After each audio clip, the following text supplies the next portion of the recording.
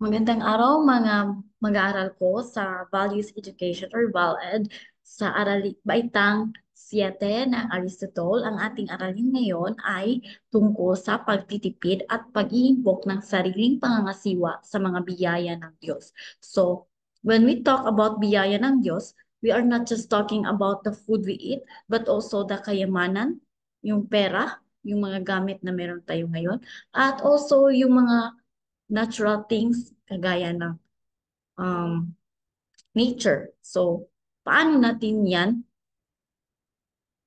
titipirin or how do we limit ourselves with these things? Okay? So, ito ang kasanayang pagkatuto. Let us define first pagtitipid at pag-iimpok. And also, we are going to differentiate the two. Ang pagtitipid ay ito ang paggamit ng pinagkukunan tulad ng pera o iba pang yaman ng may karampatang pag-iingat o pagpapahalaga. Okay? Again, pagtitipid. So, ito yung limitasyon sa paggamit. Okay? Hindi lang sa pera, kundi sa iba pang yaman para may magagamit or may makukuha pa tayo sa hinaharap. Ang pag-iimpok naman ay yun ay pagtatabi o pag-aakma ng isang bahagi ng kinikita sa iba pang pinagkukunan para sa layunin o sa pangangailangan. Okay? Again, ang pag-iimpok ay para sa isang layunin or pangailangan kaya ka magtatabi. Ang pagtitipid naman ay ang paglilimit mo or limitation sa paggamit ng mga kayamanan or mga bagay-bagay. So, kahalagahan ng pagtitipid at pag-iimpok sa ating buhay. Una, mahalagang mag-ipon ng pera dahil walang katiyakan ang hinaharap. So, maaari ngayon marami tayong pera, sa susunod ng araw wala na. Maaring makatulong to sa iyo o sa yung buong pamilya sa oras ng kagipitan. Okay? So, may mga instances din na kakapusin tayo dahil wala ng budget. So, maaring makatutulong ang ating pag-iimpok sa ating pamilya. Pangatlo naman ay pagdisiplina at paggastos sa pangalaga sa pinanghirapang pera. Hindi dahil ikaw ang naghirap niyan, igagasta mo lang kung saan-saan.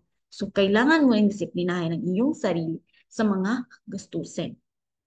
At nagpapalaya sa pagkakaroon ng financial independence. So, dahil dito, maaari ka nang maging um, independent sa mga financial problems na mangyayari sa buhay mo. At panglima naman, nagpapahusay sa kakayahan sa pamamahala ng pera at pagpaplano. So, kagaya nga ng sinabi ko, dahil marunong ka nang magdisiplina sa iyong sarili, so maaring mas may alam ka na sa pagtitipid or pagpaplano kung saan mo gagamitin ang mga pera na nasa iyo. Papaano nga ba tayo unti-unting makapag-ipon? Una, so kindly take down notes of these tips. Alamin ang iyong personal budget.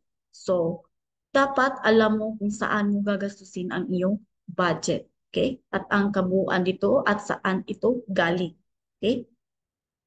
Next, gumawa ng saving goals. So, dapat i-inculcate mo sa iyong utak na kailangan may ilalaan ka talaga para sa savings. Dahil ikaw lang din naman ang makakapaggamit nito. Okay? Or para rin naman din ito sa iyo.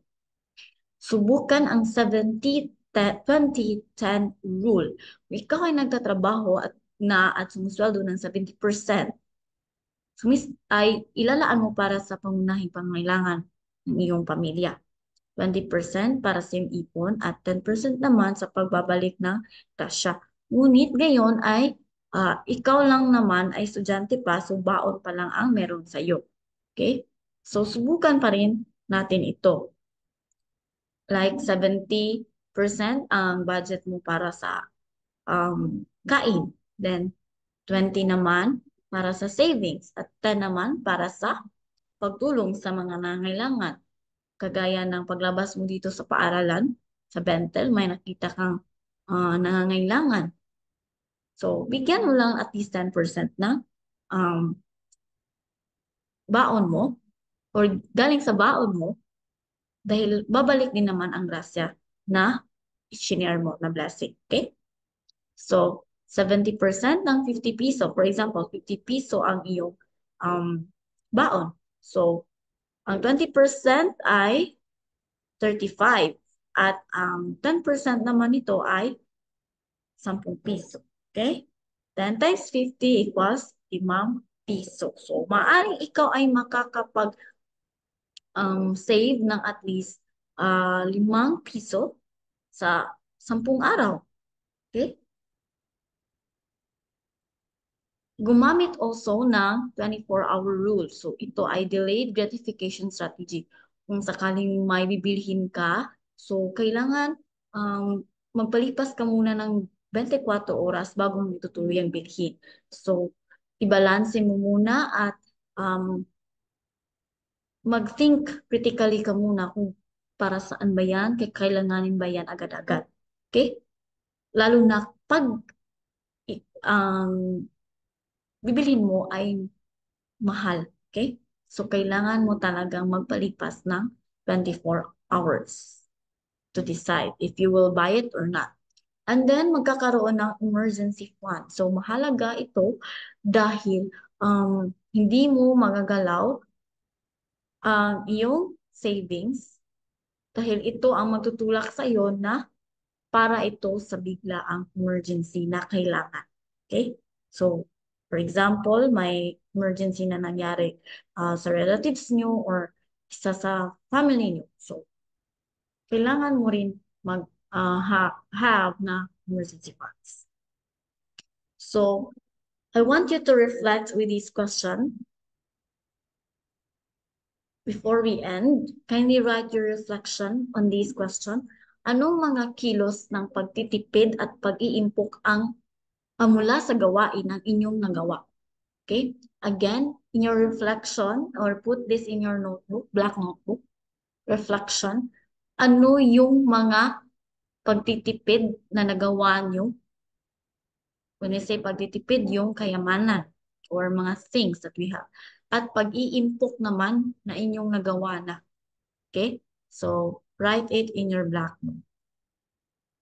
And that is the end of our topic for today. Thank you so much, learners.